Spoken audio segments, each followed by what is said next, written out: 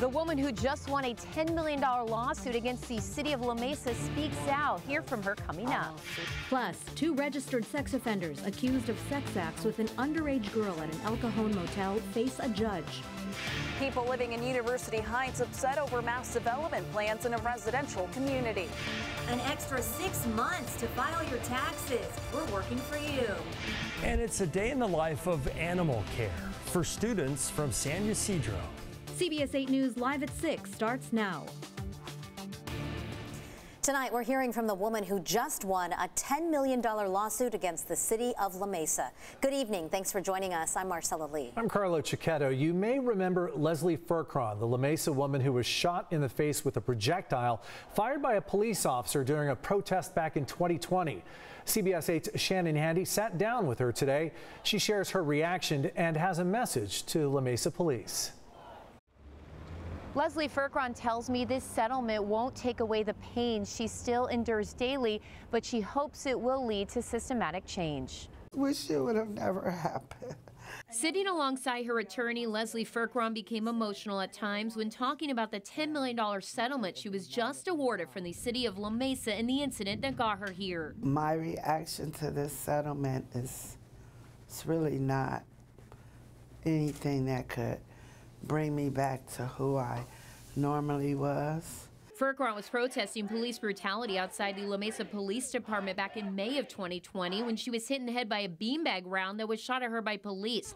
It happened while she was doing a Facebook Live. Furcron wound up in the ICU in a medically induced coma and became blind in her left eye. Today, she says she still deals with headaches, high blood pressure, and is sensitive to noise and light. She's also in need of reconstructive surgery. There's really no amount of money that could really take care of me for the rest of my life, but I am okay. Furcron says she went to the protest not only on behalf of George Floyd, but also her son, who had died just 3 months prior during a chase with Georgia police after they performed a pit maneuver. He hit trees at 97 miles an hour. He died on impact. The protests, which had started out peaceful, evolved into violence, looting, and arson. Initially, La Mesa police say they observed Furcron throwing something at officers, but she says it was an empty can of Red Bull she tossed on the ground. CBS 8 also found that the officer who shot Furcron, Eric Knutson, was not properly trained on the gun because it belonged to the San Diego Sheriff's Department. Knutson was cleared of any wrongdoing by the San Diego District Attorney and La Mesa Police, who determined he fired to protect nearby officers. He still works for La Mesa Police. He gets to do what he did, and he still gets to have a job. What are the consequences for the actions? Furcron and her attorney both hope this large settlement, which was won in a civil suit, will serve as a message to police departments everywhere to re-examine certain protocols when dealing with the public. In a statement to CBS 8, a spokesperson for the city of La Mesa said the city is glad that there is a resolution to this very unfortunate incident. This claim was handled by the city of La Mesa's insurance claim provider, Public Entity Risk Management Authority. Furcron no longer lives in La Mesa. She says after the incident, she wanted to leave, so she relocated to Nevada to be closer to family. Reporting from La Mesa, I'm Shannon Handy for CBS 8. All right, Shannon, thanks. Tonight, we know when the murder trial of Larry Miliete will start. The trial date of October 9th was set in court this morning. Larry Miliete is accused of killing his wife, Maya. She's been missing since 2020. The mother of three's body was never found, but a judge ruled back in January that there was enough evidence to hold her husband for trial.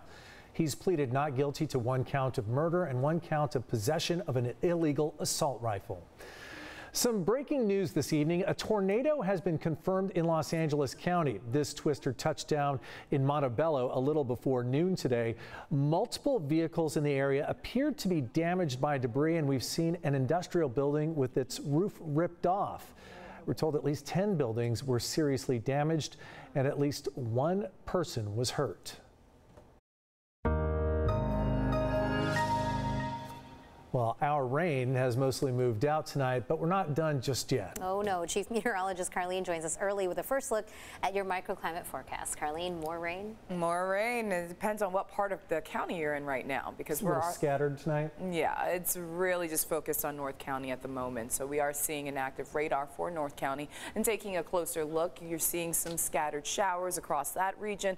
But the more south you go, you're seeing less coverage. So stretching all the way from Oceanside towards Fallbrook, Meadowbrook, we are seeing some heavier pockets of rain, a few light showers across the mountains, and also seeing some activity for Escondido. Other than that, as mentioned, we're not done just yet, so still holding on to chances more favorable across North County around 7:30 this evening. And then as we go into tonight, we're seeing some activity from Santee to Ramona, also across the mountains, with potentially seeing some of the snow. We already had snow, earlier today, and we're looking at more of those chances as we go into the forecast for tonight. Also still seeing some activity by overnight hours. That's where it looks to be more favorable. And then throughout the day on Thursday, just kind of sporadic, on again, off again activity. This is what it looks like around 11:35 tomorrow morning. And then also seeing some of that activity into the afternoon hours. Everything starts to dry out as we go into Thursday night. So we'll go ahead and take a look at your complete forecast, because we are actually not done with wet weather. No, there's another storm system. Harlow. She says with a glazed expression. All right, we've seen rough weather and its aftermath throughout California. You're looking right there at a video of a stalled car on a flooded road in Temescal Valley. It's in Riverside County. Up north in the Bay Area, at least one person is dead after a tree fell onto their vehicle. Officials say the person has not yet been identified.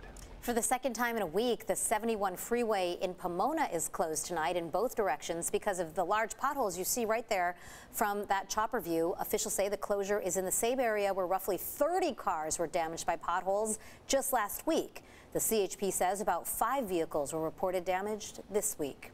And as always, we want to see the weather where you live or any damage, if it's safe for you to take photos and videos, of course. And you can share them with us right on our CBS 8 app. Just go to the Near Me section right there at the bottom and tap on the Share With Us button. A state Senate committee has voted on Governor Gavin Newsom's plan to penalize oil companies for high gas prices. Our political reporter Morgan Reiner has more tonight on what's next for the measure now that it's passed. The bill passed the committee by a vote of 13-2 right down party lines. It could be voted on as early as tomorrow on the Senate floor, and it could be on the governor's desk as early as next week.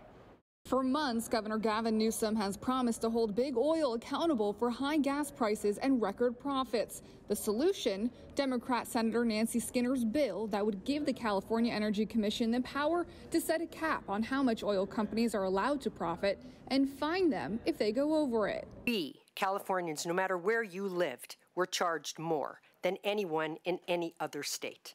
Now, these shocking prices cannot be explained. But not everyone is happy. The Western States Petroleum Association is upset by the rushed approach. There was never a stakeholder group. We were never invited to come in and talk and maybe opine and provide some input. That hasn't happened. And how much power this bill gives the Energy Commission, made up of people Governor Gavin Newsom appoints. One thing is to understand and to be aware of when maintenance is happening, but to delegate the authority to an unelected regulatory body to tell us not only when to do maintenance, but when not to do maintenance.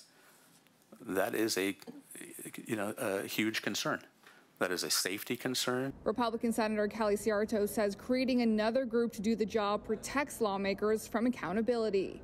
When we're creating policies and then telling another agency, hey, you guys do the dirty work of hitting our taxpayers in the pocketbook, and then telling us that, hey, you know what? Hey, we didn't do it. It was the agency. Democratic Senator Susan Rubio says the governor listened to her concerns, and this new version addresses them. I mean, I don't see the governor often, and I think I've seen him twice last week, twice this week, and he spent a lot of time in his office with me answering questions. Democratic Senator Mike McGuire wanted to clarify a few things for the viewers. One, he said that anyone who calls this a tax is quote-unquote fake news. He also said that the governor did spend time talking to the oil industry before putting out this latest proposal. And 3, he says that there is accountability attached to this bill. He said that there will be audits over the years and that if there are unintended consequences to this proposal, that it will be put to an end. Thank you, Morgan. And when it comes to high electric bills, you can have your say at a Public Utilities Commission meeting tomorrow in Sherman Heights. 2 public participation hearings on SDG&E's proposed 2024 to 2027 budget will be held. It'll include those rates being raised. One of those meetings at 2 in the afternoon, another at 6 in the evening at the Sherman Heights Community Center. People who want to speak have to fill out a form on site. It's best to arrive early, we're told. We have all the information on our website for you to reference. Just go to CBS8.com.